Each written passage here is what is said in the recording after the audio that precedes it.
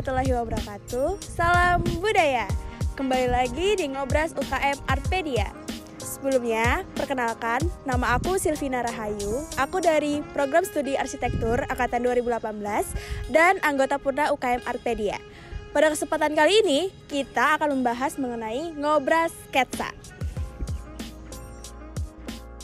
Nah, udah banyak nih pertanyaan-pertanyaan yang sudah masuk di Instagramnya UKM Artpedia. Apa-apa aja sih pertanyaannya? Mari kita bahas satu persatu.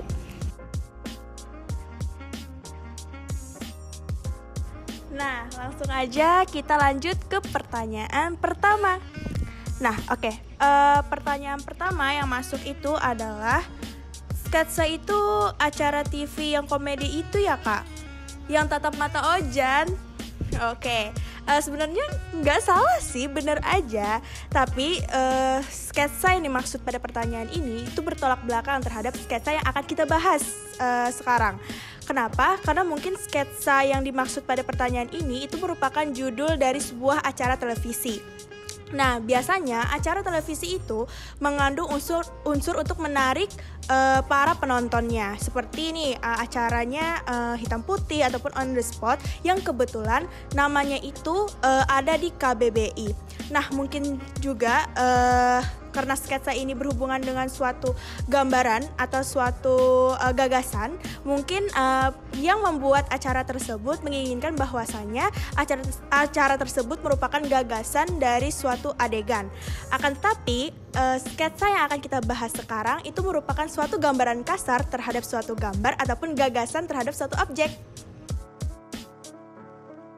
Nah, kita lanjutkan ke pertanyaan kedua. Pertanyaan kedua ini, Kak, gimana cara memulai bikin sketsa untuk aku yang tidak bisa menggambar? Oke, jadi yang pertama-tama kalian harus memiliki niatan terlebih dahulu nih. Niatan kalian untuk sketsa itu apa sih? Misal nih, untuk komersil kah? Atau untuk gabut-gabut aja kah? Atau untuk meningkatkan skill dalam latihan kah? Atau untuk belajar kah? Nah, itu berbeda nih tujuannya. Jadi setelah kalian memiliki tujuan tersebut, kalian harus memiliki objek apa nih yang mau kalian gambar. Misal kursi kah, atau meja kah, atau objek lainnya. Setelah memiliki objek yang mau kalian gambar, kalian harus mengeksplorasikan objek tersebut dalam suatu media gambar. Nah, misal pertama-tama kalian itu menganggap jelek kak, itu nggak apa-apa, itu wajar. Tetapi setelah itu kalian harus melatih skill kalian terus menerus dalam latihan. Ya, kita lanjutkan ke pertanyaan ketiga. Nah, untuk pertanyaan ketiga ini, pertanyaannya, adakah teknik dasar sketsa atau coret-coret pakai pensil aja sudah termasuk sketsa? Oke, jadi kalau untuk teknik dasar dari sketsa itu, setidaknya kalian memiliki 4 dasar terlebih dahulu nih, yaitu titik, gambar, bidang, dan juga kurva. Jadi kalau misalkan kalian mau mengembangkan sketsa kalian harus melatih 4 dasar itu terlebih dahulu. Nah, untuk coret-coret aja itu bisa disebut sketsa nggak, Kak? Nah, sebenarnya sketsa itu merupakan suatu gambaran kasar atau biasanya kita sebut dengan coret-coret aja. Akan tetapi coret-coret itu memiliki garis besar ataupun tujuan dari objek yang akan kita gambar. Jadi bukan coret-coret abstrak ya. Nah, kita lanjutkan ke pertanyaan keempat. Bagaimana merealisasikan imajinasi kita ke gambar, Kak? Nah, biasanya orang yang memiliki minat dalam dunia gambar itu memiliki kemampuan yang tidak diajarkan dimanapun, yaitu menghayal. Jadi biasanya banyak nih imajinasi yang kita lakukan, akan tetapi kita stuck untuk menyampaikannya. Nah, ini tips dari aku ketika kalian stuck untuk menyampaikan imajinasi atau menuangkan imajinasi kalian terhadap suatu media gambar, kalian bisa melakukan garis bantu. Yang pertama, kalian bisa melakukan observasi. Observasi itu kalian bisa melakukan secara langsung. Ada objeknya yang akan kalian gambar. Yang kedua, kalian bisa melakukan metode referensi. Nah, referensi ini bisa kalian lakukan jikalau objeknya itu tidak ada di depan kalian. Kalian bisa melakukan referensi melalui gambar ataupun melalui video atau sumber lainnya seperti internet untuk bisa melakukan ataupun mendapatkan pencerahan. Oke, kita lanjut ke pertanyaan kelima. Nah, untuk pertanyaan kelima ini, tips dan trik biar saat bikin sketsa gak ngestak dong kak. Oke, jadi ini pertanyaan yang berhubungan dengan pertanyaan sebelumnya nih. Jadi tips dan trik dari aku ya tetap sama ya, yaitu carilah observasi ataupun referensi dari metode yang akan kalian lakukan nih untuk sketsa. Jadi untuk metode ini sebenarnya sangat membantu kalian kalau misalkan kalian benar-benar stuck ataupun ngeblank nih ketika mau sketsa. Nah, sebenarnya kalau dari aku sendiri akan menyarankan memang secara observasi atau secara langsung. Akan tapi kalau misalkan kalian mau secara referensi itu sangat boleh sekali. Nah, kalau misalkan kalian memiliki metode lainnya, itu dipersilahkan sesuai dengan kenyamanan kalian sendiri atau sesuai dengan kebutuhan kalian. Nah, selanjutnya ke pertanyaan ke-6. Nah, untuk pertanyaan ke-6 ini, bagaimana cara menggaris tanpa penggaris, tetapi garis yang dihasilkan lurus dan rapi? Oke, pertanyaan ini sebenarnya berhubungan dengan yang namanya skill atau kemampuan.